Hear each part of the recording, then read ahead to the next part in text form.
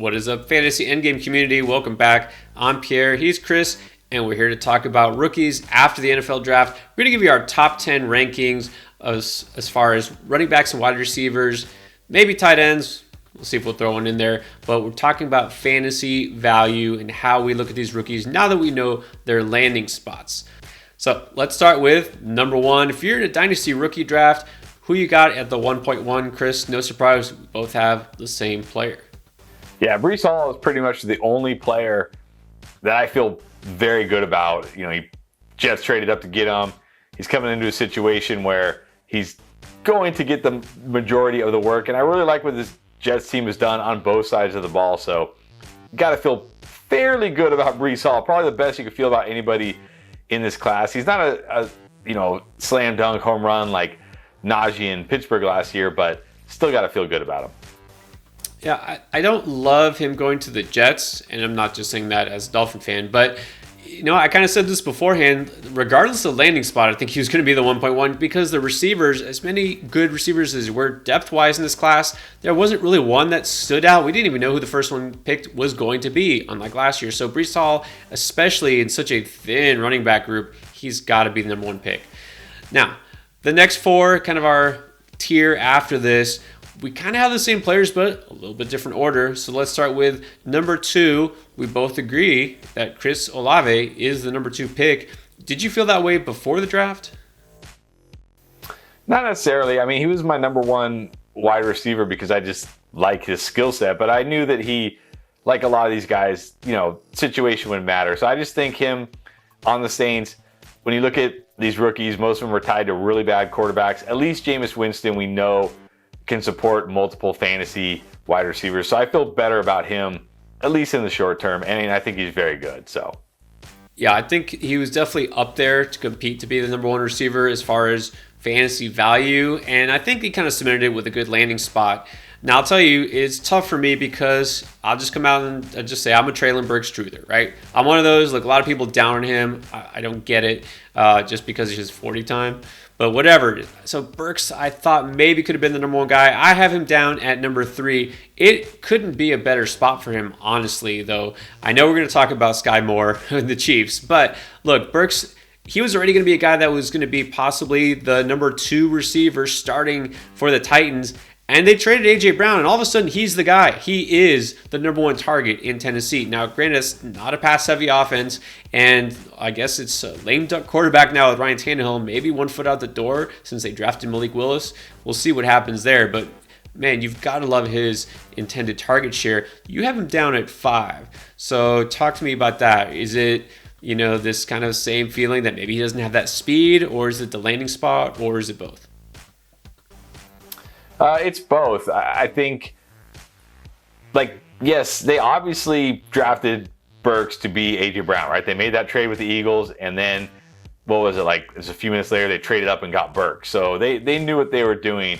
But that doesn't mean he's going to be A.J. Brown, right? And this is still a low-volume passing offense, a Derrick Henry-led offense, assuming he's healthy.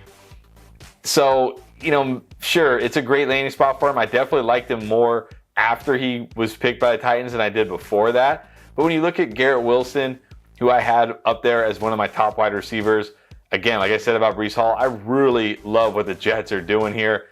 I think he's going to slot in, ahead of Corey Davis on the outside with Elijah Moore in the slot. And then Sky Moore to the Chiefs. I mean, does it get better than the Chiefs, right? This guy is going to be attached to Patrick Mahomes for the next, 4 or 5 years. And Tyreek Hill is gone. So to me, Wilson and Moore, just a little bit better landing spots. Burks, yes, a good landing spot, but there's still a little bit of question marks with him that I don't have with the other 2 guys. Yeah, look, the way you were talking during the draft, I'm surprised you didn't put Sky Moore as your number 1 receiver. But I think number 4 is a good spot for him. I have him there too, obviously. It's interesting you mentioned that about Burks, which means you had him much lower before the draft. So I'm going to remember that. Look, Garrett Wilson, agreed. The talent, I thought he could have been in play to be the number 1 receiver in this class. Going to the Jets, I have mixed feelings because I still kind of want to wait and see what happens. Zach Wilson, I think he could be good, but the jury's obviously still out. The offensive line still needs to be kind of fixed. And the fact that they did get Breece Hall, that tells me that, they're going to run the ball quite a bit too, him and Michael Carter. So I just don't know that the target share is going to be nearly as close to what Olave and Burks are going to get. So that's why I have him down just a little bit further, and we have those picks kind of swapped there. All right, now let's get to our next tier here. Talk about 6 through 10. Again, a lot of similar players, just kind of mixed up. So I got Jameson Williams at 6. You have him down just one spot lower. And I know you're kind of on the fence about even putting him that high, right? Jameson Williams, obviously, there are some legitimate concerns with him. Yeah, my big concerns are Detroit, right?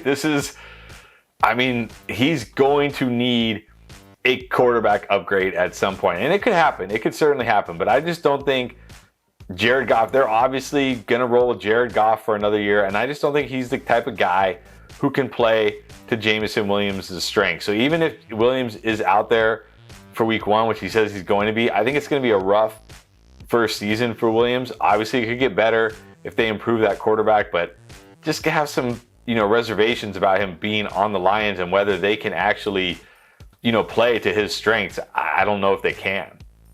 Yeah, Williams is a guy you really should not have a lot of interest in for redraft, because even if he is out there by week 1, which he says he's going to be, and I believe him, we know coming right off of an ACL surgery, it doesn't mean you're going to be the same player. It takes time, right, to get fully up to speed. And then there's the Jared Goff thing. So I could absolutely see the Lions spending a first-round pick on a quarterback in 2023. And they should, because it's going to be a loaded class as opposed to this one, which is why they didn't pull the trigger. They're going to give Goff one more year. So this year will be a chance for Williams to kind of get up to speed physically and mentally as far as the game itself at the pro level. Next year, we could see the breakout. This year, probably not. All right, now let's talk about Kenneth Walker, the second running back that was taken. Look, Seahawks, I don't think it's a dream landing spot, but we can't put him too far down because, you got to have a running back at some point, right? Yeah, the only reason Kenneth Walker is the RB2 in this class is because it's so bad, right? The landing spots were bad. The running backs weren't great. This landing spot to me is terrible. I already felt like Kenneth Walker had bust potential, at least from fantasy. Now I feel like that bust potential is going to be realized because he's not going to give you very much, if anything, in the passing game. He's going to be a 2-down grinder on an offense that doesn't run a lot of plays, isn't going to score a lot of touchdowns, is probably going to lead the league in punts. None of that screams good. I don't think he's just going to come in and be a 3-down back. I think it's going to be, somewhat of a split with him and Penny for however long Penny can stay healthy. So not a great spot for Walker. Really, even going forward, I need Pete Carroll gone before I feel good about this offense, really. Because even Russell Wilson, Pete Carroll really handcuffed this offense. So don't feel great about Kenneth Walker right now. Got him as my RB2, but I wouldn't draft him over a lot of these wide receivers, that's for sure. Yeah, you're definitely not the only one who's looking for Pete Carroll to leave Seattle. And the way this offense might look in 2022, wouldn't be surprised if this is his last season. I would have Walker higher. I actually think he's not that far off from Breece Hall talent-wise. I've seen what he can do. He's got that cutback ability. He can take it to the house. I love his skill set. I just don't like the team he went to. So I would like to put him higher, but I can't because all the things we just mentioned.